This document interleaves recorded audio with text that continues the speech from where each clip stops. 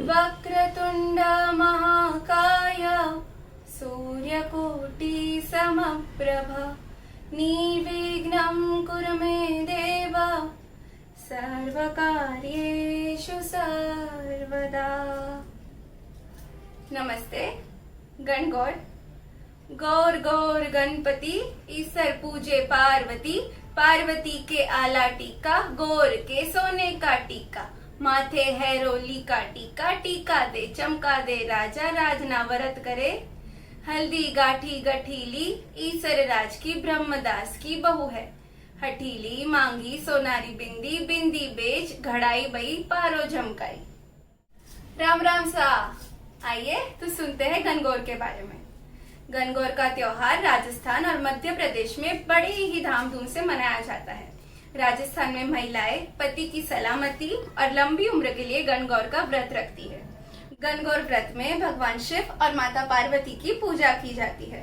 हर साल चैत्र शुक्ल पक्ष की तृतीया तिथि का गणगौर का त्योहार बड़े ही धामधूम से मनाया जाता है। इस साल 15 अप्रैल गुरुवार को गणगौर का व्रत रखा जाएगा। इस व्रत को सुहागिन महिलाएं पति से छिपकर रखती है। इस व्रत के बारे में पति को कुछ भी नहीं बताया जाता है। पूजा में चढ़ाया गया प्रसाद भी महिलाएं पति को नहीं देती है। इस पावन दिन गणगौर माता यानी माँ पार्वती की विधि विधान से पूजा अर्चना की जाती है। चैत्र माह की प्रतिपदा तिथि से आरंभ हो जाता है त्योहार। पौराणिक मान्यताओं के अनुसार माँ पार्वती होली के दूसरे दिन अपने मायके चली गई थी और भगवान शिव उन्हें वापस लेने के लिए 8 दिनों बाद गए थे। इसीलिए यह त्योहार होली के दिन से यानी चैत्र माह की प्रतिपदा तिथि से आरंभ हो जाता है।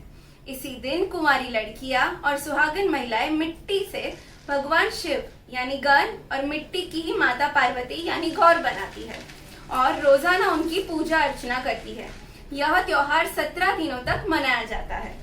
चैत्र महीने की शुक्ल पक्ष की तृतीया तिथि को गणगौर तीज की पूजा का विधान है। 17 दिनों तक महिलाएं रोजाना सुबह दूध और फूल चुनकर लाती है और उन दूबों से दूध के छींटे मिट्टी की बनी हुई गणगौर माता को देती है। चैत्र शुक्ल पक्ष की द्वितीया तिथि के दिन महिलाएं किसी नदी तालाब से पास जाती है और अपनी पूजा हुई गणगौर की पानी पिलाती है। अगले दिन यानी चैत्र शुक्ल पक्ष की तृतीया के दिन महिलाएं गणगौर का विसर्जन कर देती है। इस पावन व्रत को सुहागिन महिलाएं अपनी पति की लंबी आयु और कुंवारी लड़कियां अच्छे वर की प्राप्ति के लिए रखते हैं। गणगौर की कथा। एक बार भगवान शंकर तथा पार्वती जी नारद जी के साथ भ्रमण को निकले। चलते चलते वह चैत्र शुक्ल तृतीया के दिन एक गांव में पहुंच गए। उनके आगमन का समाचार सुनकर गांव की श्रेष्ठ कुलीन स्त्रियां उनके स्वागत के लिए स्वादिष्ट भोजन बनाने लगी। भोजन बनाते बनाते उन्हें काफी विलंब हो गया, किंतु साधारण कुल की स्त्रियां श्रेष्ठ कुल की स्त्रियों से पहले ही थालियां में हल्दी तथा अक्षत लेकर पूजन हेतु पहुंच गए। पार्वती जी ने उनके पूजा भाव को स्वीकार करके सारा सुहागरस उन पर छिड़क दिया। वे अटल सुहाग प्राप्ति का वरदान पाकर लौटी। तत्पश्चात उच्च कुल की स्त्रियां अनेक प्रकार के पकवान लेकर गौरी जी और शंकर की पूजा करने पहुंची। सोने चांदी से निर्मित उनकी थालियों में विभिन्न प्रकार के पदार्थ थे। उन स्त्रियों को देखकर भगवान शंकर ने पार्वती जी से कहा, तुमने सारा सुहागरस तो साधारण कुल की स्त्रियों को ही दे दिया, अब इन्हें क्या दोगी? पार्वती जी ने उत्तर दिया, प्राणनाथ, आप इसकी चिंता मत कीजिए। उन स्त्रियों को मैंने केवल ऊपरी पदार्थों से बना रस दिया है, इसीलिए उनका रस धोती से रहेगा, परंतु मैं इन उच्च कुल की स्त्रियों को अपनी उंगली चीरकर अपने रक्त का सुहागरस दूंगी। सुहागरस जिसके भाग्य में पड़ेगा वह तन मन से मुझ जैसी सौभाग्यवती हो जाएगी। जब स्त्रियों ने पूजन समाप्त कर दिया तब पार्वती जी ने अपनी उंगली चीरकर उन पर छिड़क दी। जिस पर जैसा छींटा पड़ा उसने वैसा ही सुहाग पा लिया। तत्पश्चात भगवान शिव की आज्ञा से पार्वती जी ने नदी तट पर स्नान किया और बालू की शिव मूर्ति बनाकर पूजन करने लगी। पूजन के बाद बालू के पकवान बनाकर शिव जी को भोग लगाया। प्रदक्षिणा करके नदी तट की मिट्टी से माथे पर तिलक लगाकर 2 कण बालू का भोग लगाया। इतना सब करते करते पार्वती को काफी समय लग गया। काफी देर बाद जब वे लौट कर आई तो महादेव जी ने उनसे देर से आने का कारण पूछा। उत्तर में पार्वती जी ने झूठ ही कह दिया कि वहां मेरे भाई भावज आदि मायके वाले मिल गए थे, उन्हीं से बात करने में देर हो गई। परंतु महादेव तो महादेव ही थे, वे कुछ और ही लीला रचना चाहते थे। तो अतः उन्होंने पूछा, पार्वती, तुमने नदी के तट पर पूजन करके किस चीज का भोग लगाया था और स्वयं कौन सा प्रसाद खाया था? स्वामी, पार्वती जी ने पुनः झूठ बोला। मेरी भावज ने मुझे दूध भात खिलाया, उसे खाकर मैं सीधी यहाँ चली आ रही हूँ।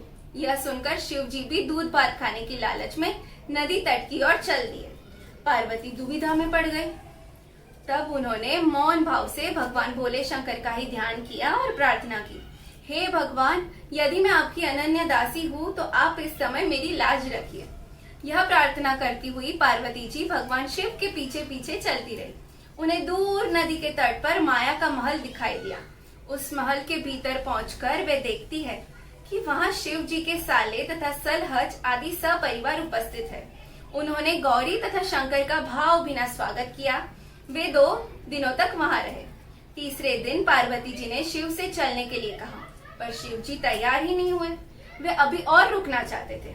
तब पार्वती जी रूठकर अकेली ही चल दी। ऐसी हालत में भगवान शिव जी को पार्वती के साथ चलना पड़ा। नारद जी भी साथ साथ चल दिए। चलते चलते वे बहुत दूर निकल आए। उस समय भगवान सूर्य अपने धाम को पधार रहे थे। अचानक भगवान शंकर पार्वती जी से बोले, मैं तुम्हारे मायके में अपनी माला भूल आया हूँ। ठीक है, मैं लेके आती हूँ, पार्वती जी ने कहा और जाने को तत्पर हो गई। परंतु भगवान ने उन्हें जाने की आज्ञा न दी और इस कार्य के लिए ब्रह्मपुत्र नारद जी को भेज दिया। परंतु वहां पहुंचने पर नारद जी को कोई महल नजर नहीं आया। वहां तो दूर तक जंगल ही जंगल था, जिसमें हिंसक पक्षी विचर रहे थे। नारद जी वहां भटकने लगे और सोचने लगे कि कहीं वे किसी गलत स्थान पर तो नहीं आ गए। मगर सहसा ही बिजली चमकी और नारद जी को शिव की माला एक पेड़ पर टंगी हुई दिखाई दी। नारद जी ने माला उतार ली और शिव जी के पास पहुंचकर कहा, वहां का हाल बताया। शिव जी ने हंसकर कहा, नारद, यह सब पार्वती की ही लीला है। इस पर पार्वती बोली, मैं किस योग्य हूँ? तब नारद जी ने सिर झुकाकर कहा, माता, आप पतिव्रताओं में सर्वश्रेष्ठ है। आप सौभाग्यवती, समाज में आदि शक्ति है। यह सब आपके पतिव्रत का ही प्रभाव है। संसार की स्त्रियां आपके नाम स्मरण मात्र से ही अटल सौभाग्य प्राप्त कर सकती है और समस्त सिद्धियों को बना तथा मिटा भी सकती है। तब आपके लिए यह कर्म कौन सी बड़ी बात है? महामाय, गोपनीय पूजन अधिक शक्तिशाली तथा सार्थक होता है। आपकी भावना तथा चमत्कार पूर्ण शक्ति को देखकर मुझे बहुत प्रसन्नता हुई है। मैं आशीर्वाद रूप में कहता हूँ कि जो स्त्रियां इसी तरह गुप्त रूप से पति का पूजन करके मंगल कामना करेगी, उन्हें महादेव जी की कृपा से दीर्घायु वाले पति का संसर्ग मिलेगा। धन्यवाद। आप सबने हमारी गणगौरी कथा अच्छी लगी है तो हमारी कथामृत चैनल में जरूर थी लाइक, शेयर, कमेंट અને સબસ્ક્રાઇબ કરજો। ઘણી ખમ્મા, રામ રામ સા।